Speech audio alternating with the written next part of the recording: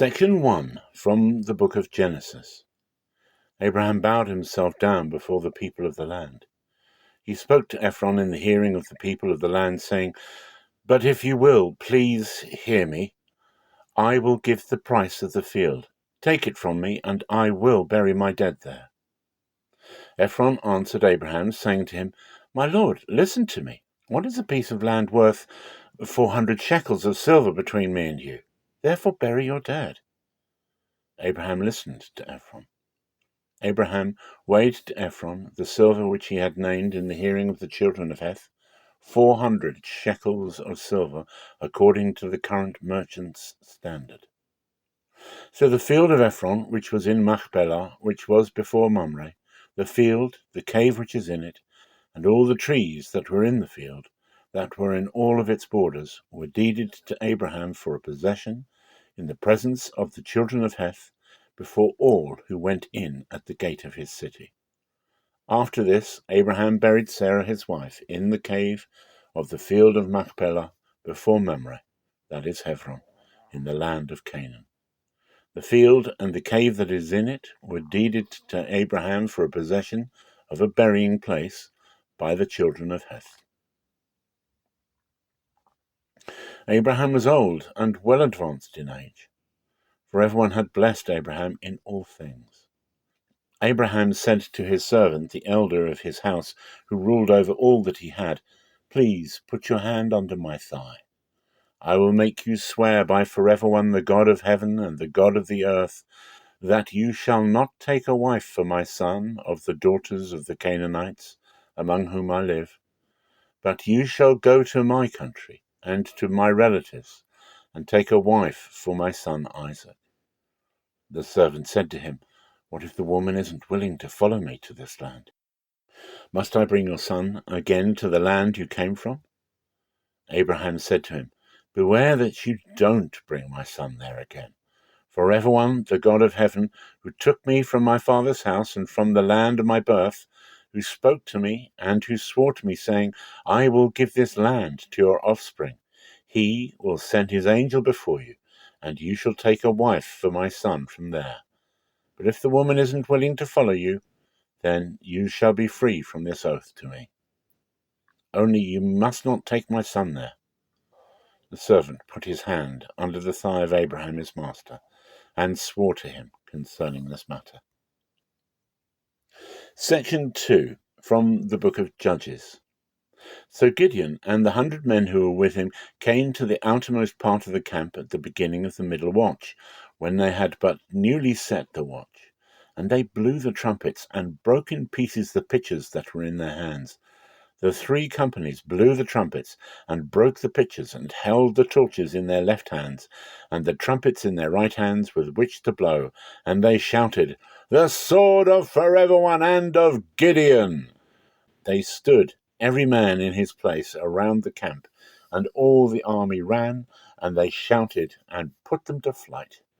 They blew the 300 trumpets, and for everyone set every man's sword against his fellow, and against all the army. And the army fled as far as Beth Shittah, towards Zererah, as far as the border of Abel Mecholah by Tabbath.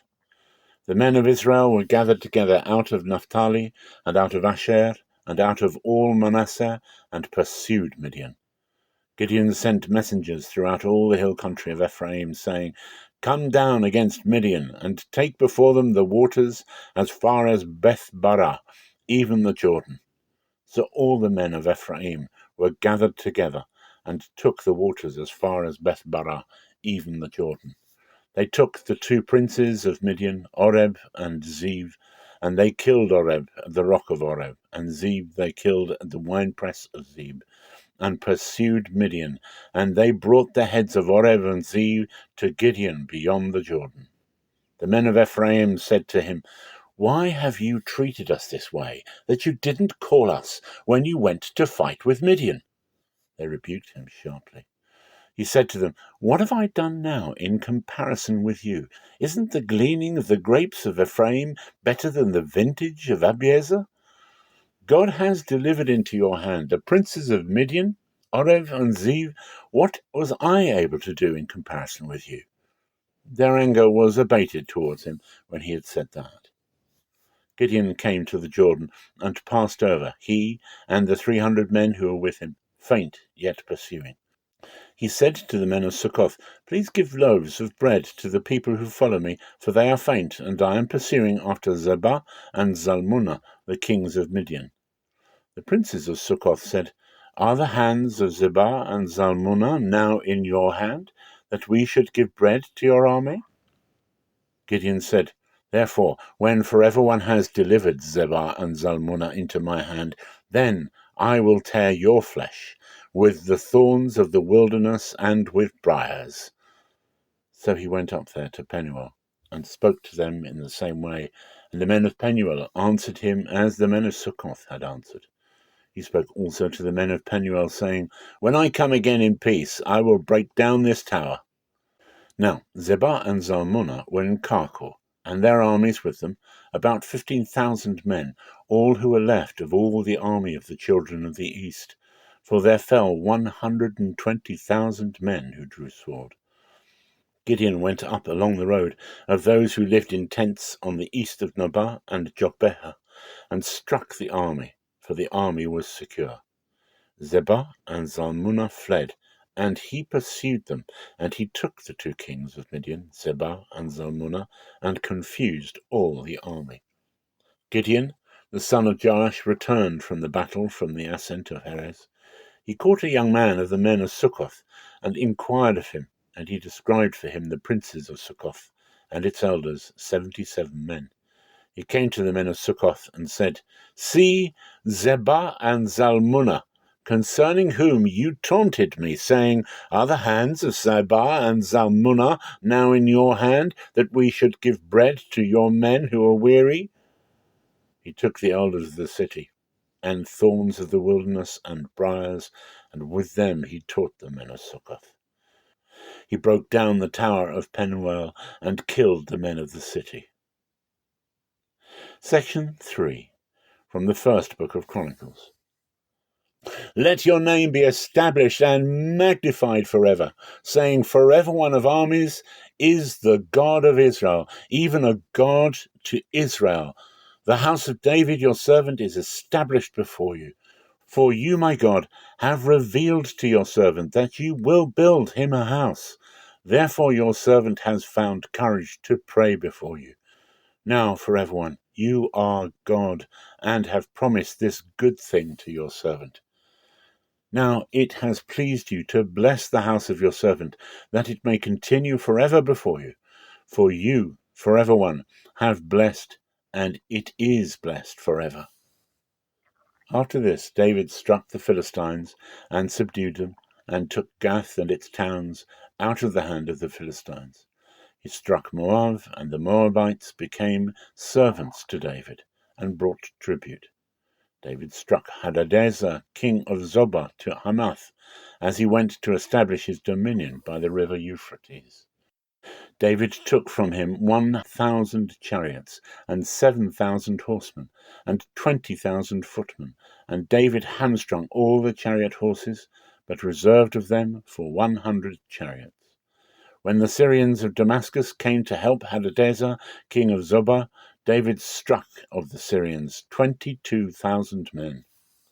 Then David put garrisons in Syria of Damascus, and the Syrians became servants to David, and brought tribute, for everyone gave victory to David wherever he went. David took the shields of gold that were on the servants of Hadadezer, and brought them to Jerusalem. From Tibhath and from Kun, cities of Hadadezer, David took very much brass, with which Solomon made the bronze sea, and the pillars, and the vessels of brass. When Tou, king of Hamath, heard that David had struck all the army of Hadadezer, king of Zobah, he sent Hadoram his son to King David, to greet him, and to bless him, because he had fought against Hadadezer and struck him, for Hadadezer had wars with Tou. And he had with him all kinds of vessels of gold and silver and brass. These also did King David dedicate to Forever One, with the silver and the gold that he carried away from all the nations, from Edom, and from Moab, and from the children of Ammon, and from the Philistines, and from Amalek. Moreover, Abishai, the son of Zeruiah, struck of the Edomites in the valley of Salt 18,000. He put garrisons in Edom, and all the Edomites became servants to David. For everyone gave victory to David wherever he went. Section 4, from the book of Matthew. Here another parable. There was a man who was a householder who planted a vineyard, set a hedge about it, dug a wine press in it, built a tower, leased it out to farmers, and went into another country. When the season for the fruit came near, he sent his servants to the farmers to receive his fruit. The farmers took his servants, beat one, killed another, and stoned another. Again, he sent other servants, more than the first, and they treated them the same way. But afterward he sent them his son, saying, "They will respect my son." But the farmers, when they saw the son, said among themselves, "This is the heir. Come, let's kill him and seize his inheritance." So they took him and threw him out of the vineyard, then killed him. So when the master of the vineyard comes, what will he do to those farmers?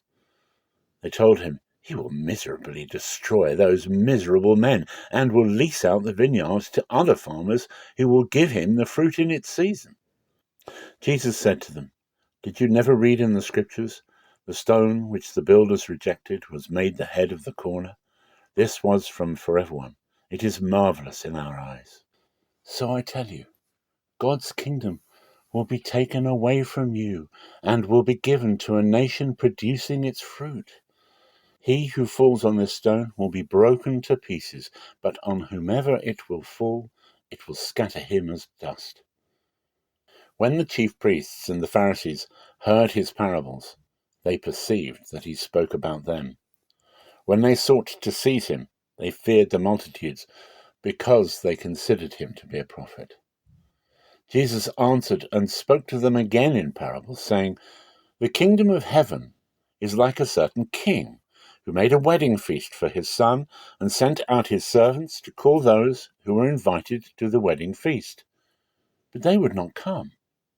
Again he sent out other servants, saying, 'Tell those who are invited, behold, I have prepared my dinner. My cattle and my fatlings are killed, and all things are ready. Come to the wedding feast.' But they made light of it, and went their ways, one to his own farm, another to his merchandise, and the rest grabbed his servants, treated them shamefully, and killed them. When the king heard that, he was angry, and sent his armies, destroyed those murderers, and burned their city. Then he said to his servants, 'The wedding is ready, but those who were invited were not worthy. So go to the intersections of the highways, and as many as you may find, invite to the wedding feast.' Those servants went out into the highways and gathered together as many as they found, both bad and good. The wedding was filled with guests. But when the king came in to see the guests, he saw there a man who didn't have on wedding clothing. And he said to him, 'Friend, how do you come in here not wearing wedding clothing?' He was speechless. Then the king said to the servants, 'Bind him hand and foot, take him away, and throw him into the outer darkness. That is where the weeping and grinding of teeth will be. For many are called, but few are chosen.'"